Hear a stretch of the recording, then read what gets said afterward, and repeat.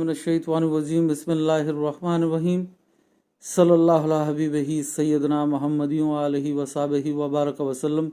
या अल्लाह अपनी सिर्फ नूर और सिर्फ अलीम से मदद फरमा ताकि अर्ज़ कर सकूँ। पहला सवाल यह है कि रमज़ान में क्या इबादत करनी चाहिए। तो सबसे पहले आप क़ज़ा नमाज़ें अदा करें।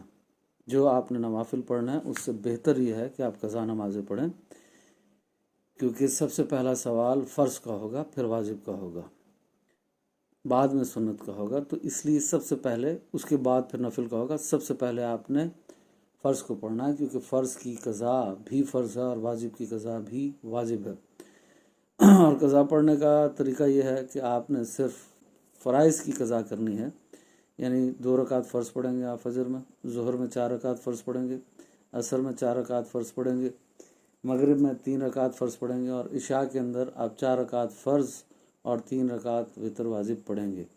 और नियत ये करेंगे कि मिसाल के तौर पे आप फ़जर की नमाज़ अगर क़ज़ा पढ़ रहे हैं तो आपने ये नियत करनी है कि ज़िंदगी की सबसे पहली जो मेरी नमाज फ़जर क़ज़ा हुई है वो पढ़ता हूँ वास्ते अल्लाह के, और हर बार यही नियत करेंगे आप। एक दिन आपने ये फ़जर की नियत की, अगले दिन भी यही नियत करेंगे, नियत तब्दील नहीं करेंगे। हर नमाज के साथ आप एक क़ज़ा नमाज पढ़ लिया करें। ऐसे जब आपका दिल करे कि आपने नफली इबादत करनी है तो उसमें आप अपनी पहले क़ज़ा नमाज़ें पूरी करें। और ऐसे ही ज़िंदगी में जब आप नफली रोज़े रखना चाहते हैं तो पहले अपने क़ज़ा और रोज़े पूरे करें और अपनी ज़कात जो है वो पूरी दें। और जिन सालों की आपने ज़कात नहीं दी उन सालों की ज़कात भी दें। और मज़ीद अगर आपके पास इबादत का वक्त है तो आप कुरान पाक पढ़ते हैं, लोग मर्द भी पढ़ते हैं, औरतें भी पढ़ते हैं। बहुत अच्छी बात है कि अरबी के साथ कुरान पाक पढ़ते हैं और कहते हैं हमने रमज़ान में 1 ख़त्म किया है कुरान पाक का, 2 किए हैं, 3 किए हैं।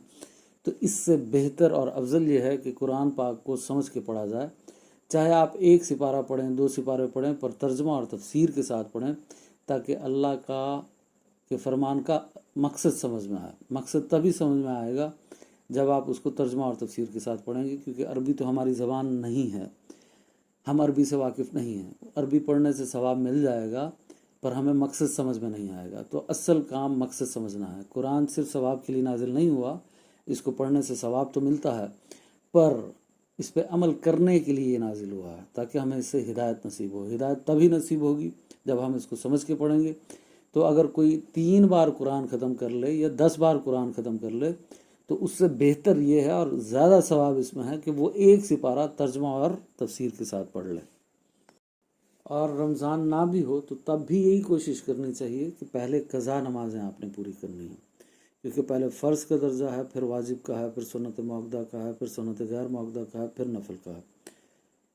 और एक और आदत बना लेनी चाहिए, वो भी रमज़ान हो या ना हो, कि जैसे ही आप खामोश हों या तो ज़िक्र शुरू हो जाए अल्लाह का या फिर दुरूद शरीफ शुरू हो जाए। तो फजूल बातें बोलने से बेहतर होता है कि इंसान खामोश रहे, और ख़ामोश रहने से बेहतर है कि वो अल्लाह का ज़िक्र करे। कोई भी ज़िक्र करे, अल्लाह का ज़िक्र करे, ला इलाहा इल्लल्लाह का करे, सुभान अल्लाह का करे, अल्हम्दुलिल्लाह का करे, या फिर दुरूद शरीफ पढ़े। तो जैसे ही आप खामोश हों, आपको चाहिए कि आपके दिल में या ज़बान से आहिस्ता आवाज़ में, आप बिल्कुल आहिस्ता आवाज़ में या तो दुरूद शरीफ पढ़ें या ज़िक्र करें। यही इबादत है जी। आप रमज़ान में भी यही करें, रमज़ान के अलावा भी कर सकते हैं और करनी चाहिए। अल्लाह इसको समझने की तौफीक अता फरमाए। आमीन सुमा आमीन।